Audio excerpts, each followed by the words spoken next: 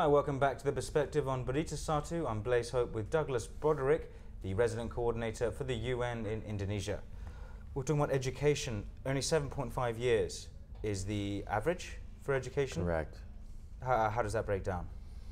Well, that's the average per citizen, that they receive 7.5 years, which is really something that we have to up. And we have to work very hard in terms of curriculum development. We have to work very hard in terms of teaching, proficiency examinations. And one other thing that is very important in Indonesia, there's about 3,000 to 4,000 institutions that are issuing degrees and diplomas and certificates, and we have to work to ensure that they're of the highest quality and they match what the private sector needs. You have a tremendous economy growing from $1 to $2 trillion, and this economy is going to need very, very much skilled labor. It's going to need people who basically are trained in science, people trained in technology, people trained in engineering, people trained in mathematics, in terms of upping the entrepreneurship, upping the IT world in Indonesia, upping the managerial and leadership skills needed that the private sector needs for such a big dynamic economy which Indonesia will represent and be in the future. So it needs to be a concentration on upping the universities, making sure we get the research capacity, also linking the training and the education to the needs of the private sector. And that's something that's very important, that needs to be balanced, that needs to be worked on in the future. And all of us are looking at that in terms of curriculum development, in terms of quality of teaching, quality of the infrastructure for students. Let's talk about health issues a bit. Are people malnourished? Well, Indonesia does not have a hunger problem, but there are children that have stunting. And it's a long-term thing. It relates to the variety of diet, it relates to education, it relates to obviously a rice diet, and it relates to vitamin-enriched food. So there's a very, very large number of reasons why children are, let's say, malnourished. I wouldn't say nobody is hungry, but there is that stunting of 37%, which we're quite concerned about. And it's a long-term issue.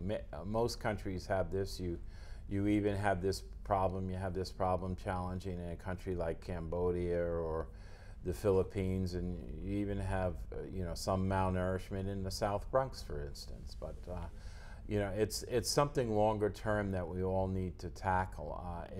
It's easy to tackle. There's a lot of work that the UN agencies are doing with the private sector in terms of enriched food.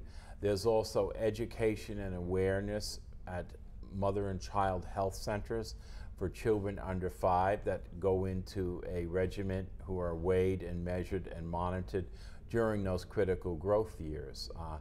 The first 1,000 days of a child, from conception to 2.5 or 3 years old, is extraordinarily very important, and it's something that all of us need to pay attention to, especially proper nourishment and proper food at that point in time, and with a balanced diet that is able to prevent malnutrition. And I think it would be tackled in the future. It's a long-term thing.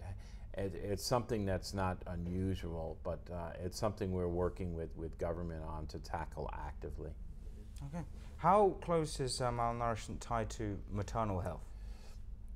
Well, part of it is because you have 5 million births a year, and obviously if you have an underweight baby, a malnourished mother, or a mother not receiving correct nourishment during her pregnancy, then you'll have what we call a LBW, low birth weight baby coming in, and then the child then has problems in development stages, especially the first 3 years, that first, let's say, 1,000 days, where you need to pay attention to that. So it is very closely linked on it, but more so the education and awareness of making sure a mother who's pregnant receives a balanced diet and proper vitamins and nourishment, and especially has an outreach and access to mother and child healthcare clinics in rural areas.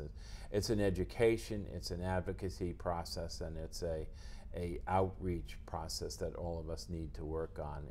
It's multi-sectoral, so it involves many agencies, ministries, and you know, the 501 districts in Indonesia to respond to that. But I'm sure that in the coming 5 to 10 years, it will be tackled very actively. Okay, stay with us on The Perspective. We'll be back with more in just a minute.